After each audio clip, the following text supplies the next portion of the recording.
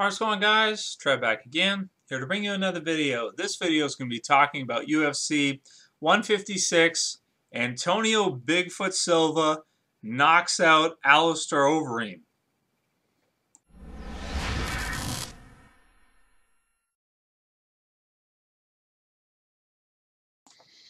Alright, so insanely unexpected outcome for this fight. This review is going to be talking about that in particular. I won't really talk about the other fights of the night, even though the Rashad and Little Nog fight was really close, and Little Nog did take that, of course, so that was pretty exciting. But specifically, I just want to focus entirely in this video on just talking about Alistair Overeem, Bigfoot, and what happened with the situation. So, at the beginning of this week, I was, watching the pre-fight interviews and everything, seeing everything with the fighters and all that, and I noticed almost right away, Alistair Overeem looks like he's in way worse shape than he was a year ago. I mean, way worse. Like, it's noticeable, his face looks bigger. He looks like he's got higher body fat percentage. When he did the weigh-ins, he didn't look as muscular as he did last year. He didn't look as cut as he did last year. So in other words, he's not as strong, right? And he's carrying around more body fat. So it's really a double negative when you look at it that way. He did not look like he was in the same shape a year before. I'd like to see someone do a picture-in-picture of the weigh-in this year versus the weigh-in last year. But I guarantee you, if you did that, you would see. Now, he was still huge and everything like that. So I think most of us probably weren't too worried about it. We were like, okay, well, whatever. He's put on some extra weight, whatever. Should be fine. Well, there wasn't. It wasn't. He was still technically, in my opinion, in terms of his skills, a better fighter. A better grappler, I think.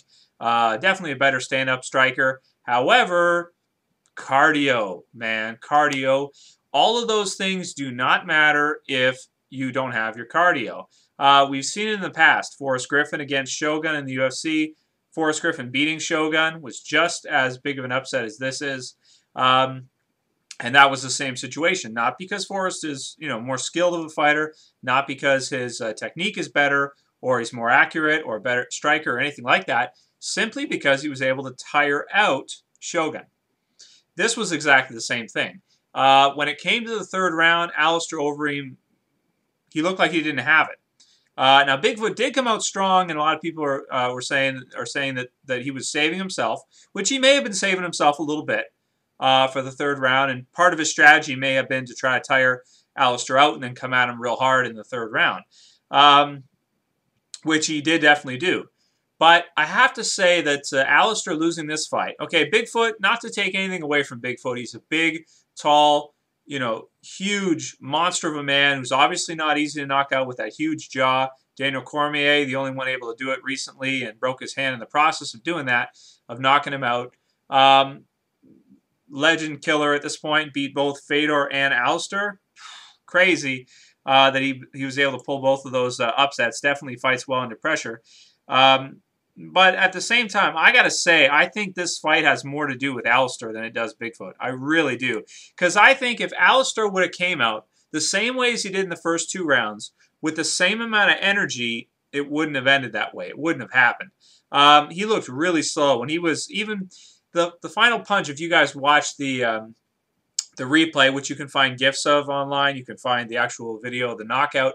When he went down to kind of, I don't know what he was doing. Maybe he was a little bit dazed in the process. But the final punch, or one of the last punches that Bigfoot really landed right clean on the button, Alistair just was going down and kind of around. And it just seemed to me like he was real slow. Like he didn't have the energy to do it. Or maybe he was already dazed because he was getting hit a bunch in between and everything, right? But I have to say, I think if he had pretty good cardio, equal cardio to Bigfoot's, that would have never happened. It would have never happened. Now, some people might say they think it's fluky. I don't think it's a fluky win. I don't think it was a lucky punch. I don't think it was a fluky win. Joe Rogan's saying he didn't respect him. He wasn't showing him with respect, everything like that. Didn't respect his power, and that was his undoing.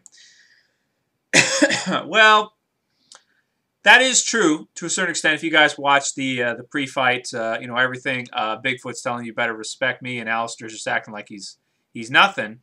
And Yeah, I mean, that might have a small part of it. But more than not, I think this was just Alistair getting gassed and just, not having it anymore in the third round there. All there is to it.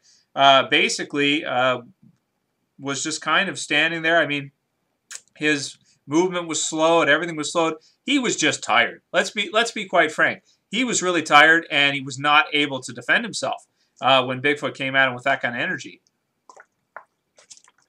Because one thing about Bigfoot is he's big, but he's actually got more bone mass than he does muscle mass compared to a lot of these other guys. So his body being so big and so lengthy and so like everything with his giant syndrome or whatever it's technically called, the amount of muscle he carries around is not the same amount of muscle that someone like Alistair Overeem would carry around. Muscles obviously require oxygen, so he'd be able to probably have better cardio anyway, even if Alistair was in good condition. But I think personally, if this was Bigfoot fighting the Alistair we saw last year, who was cut, who was ripped, who was in good shape, who had that extra muscle mass on him and didn't have that body fat that he had this time, I think this is a different fight. I think Alistair takes this easy. So I think the real question here is whether or not Alistair Overeem is still the same Alistair Overeem that we knew from a year ago or 2 years ago. And I think the answer to that question is no, he's not. I really don't think he is. Now, a lot of people try to downplay the effects of performance-enhancing drugs, TRT, testosterone replacement therapy, steroids, juice, all these things. They try to downplay it, and they try to act like it really won't make that big of a difference. But I think we have just witnessed an exact perfect example of what happens to guys when their testosterone levels are 16 times that of your average man, and when they are within the, I think it is 6 times, pretty sure it's 6 times, ratio. So when they are closer to normal, we now have an actual career representation with a fighter that we have seen that, in my opinion, if he was still at 16-1, this would not have happened. Now, he is testing monthly. They're doing monthly tests with Alistair every month, so obviously he can't take any of that stuff at this point. His test levels are probably just under 6-1. They're probably keeping it pretty close. I'm sure they're probably monitoring a lot. But this was something I was worried about once we heard that he got caught, is that later on when he gets off, whatever the hell he's on, because here's another thing too. People try to say, what was he on? Okay, we know he was on something. That's not arguable. You can't argue that he was on something. You don't get 16 times the average testosterone in your body, at least in the ratio, 16 times what's acceptable, or I mean what's normal. You won't get that without taking something. I don't care how much you train. I don't care how much chicken you eat or how much protein you ingest. I don't care what your diet is like. Doesn't matter. You are never going to get levels like that. So that's not the question. We all know he was taking stuff. What was he taking? We don't know. Was it TRT? Was it juice? Was it growth hormone? Other things? Maybe a combination, a bunch of shit. What was he taking? We don't know. I mean, he looks physically, based on his shape, he looks like he's either been on TRT for sure for years, maybe with a growth hormone or something like that, or maybe just straight up juice and growth hormones. Who knows?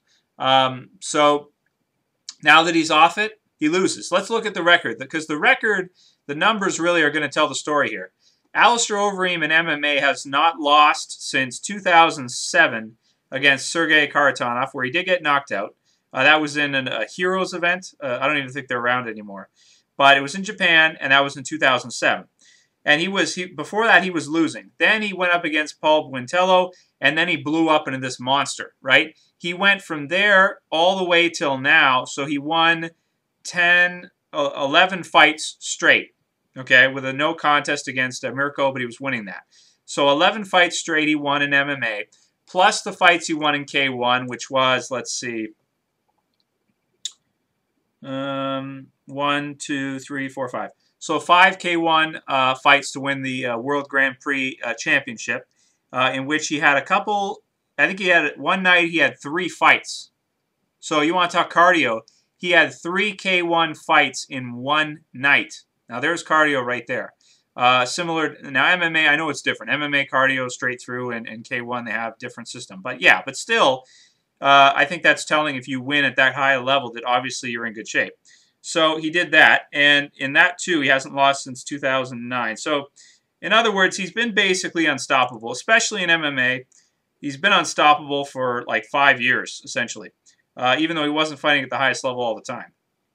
Beat Brock Lesnar, Fabricio Verdum, Todd Duffy in like the first like minute or whatever it was, Brett Rogers, all these guys. And what has changed since then to now? After the Brock Lesnar fight, beats Brock Lesnar, boom, gets popped, right? 1 year later comes back, fights Big Foot Silva, a mid-tier guy. Okay, Big Foot Silva, now I think people will consider him to be in the top 5. But before this fight, Big Foot Silva is not a top 5 MMA heavyweight. Probably top 10, but not top 5, I would say, in my opinion. So let's think about it. 5 years undefeated, basically, in MMA. Doing well in K1, wins the World Grand Prix Championship. Is doing all these crazy things. Seems unbeatable. Seems unstoppable. Beats Brock Lesnar, who used to be the guy. Used to be the heavyweight champion. Used to be the guy everybody wanted to fight and beat. Everybody was talking Brock against Fedor, which we found out recently almost happened, but Fedor's retired, so it didn't happen. But anyway, and now we see him off the stuff. He gets caught. 16-1 levels. Gets his levels in check. Boom. Next thing you know, loses to a mid-tier heavyweight. Not even a guy that's top 5. Now, I can't say this enough. I know a lot of people are probably going to say it, and a lot of people are going to argue with me about this, but I think the results speak for how powerful that kind of stuff can be. How powerful, And people will say, well, steroids, TRT, these things, they don't affect your cardio. I disagree with you. They do affect your cardio. They affect your muscular endurance, okay, as well as, it depends. It all depends on what he's taking. There's no way to know for sure what he was taking, but I'm going to say that, honestly, I think Overeem a year ago on the stuff would have crushed Bigfoot, and there would have been, no ifs, ands, or buts about it. And Overeem fighting now, completely clean, or mostly clean, with being tested monthly, loses his first fight coming back. I said it before, he might not be the same guy when he comes back, and a year ago, 2 years ago, I said that I thought Overeem would destroy Junior Dos Santos.